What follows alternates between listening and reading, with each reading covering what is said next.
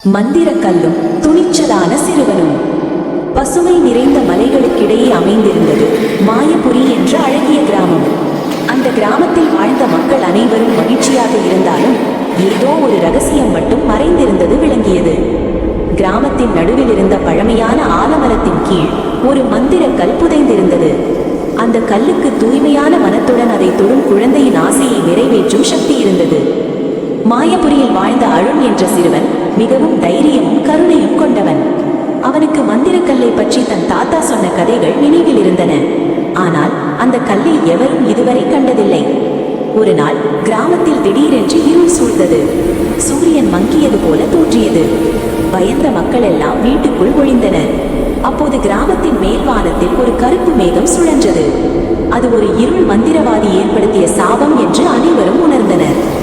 மந்திரக்கல்லை கண்டுபிடிக்காவிட்டால் இந்த இருள் போகாது என்று தாத்தா அருணிடம் கூறினார். அருண் பயப்படவில்லை.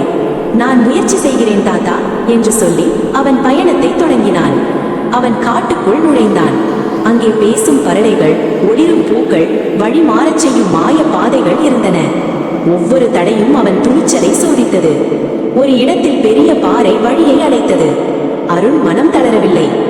உதவி செய்வதே உண்மையான மந்திரம் என்று சொல்லி பாறையின் கீழ் சிக்கியிருந்த ஒரு முயலை காப்பாற்றினான். உடனே அந்த பாறை ஒளிர்ந்து 2 பகுதிகளாக பிரிந்தது. அடுத்ததாக ஒரு ஆழமான ஆறு வந்தது. பாலமில்லை. அருண் கண்களை மூடி நம்பிக்கையுடன் முன்னேறினான். அவன் காலடியில் ஒளிரும் கற்கள் தோன்றி அவனுக்கு பாதை அமைத்தன. இறுதியில் ஆலமரத்தின் அடியில் ஒரு ஒளி தெரிந்தது. அதுவே மந்திரக்கல். அருண் அதை மெதுவாக தொட்டான். என் கிராமம் மீண்டும் ஒளியடைய வேண்டும் என்று அவன் மனமாற ஆசைப்பட்டான். அந்த நொடி கல் பிரகாசமாக ஒளிர்ந்தது. வானத்தின் இருள் கலைந்தது. சூரியன் மீண்டும் பிரகாசித்தது. இருள் மந்திரவாதியின் சாபம் மறைந்தது. அருண் கிராமத்துக்கு திரும்பிய போது அனைவரும் அவனை பாராட்டினர்.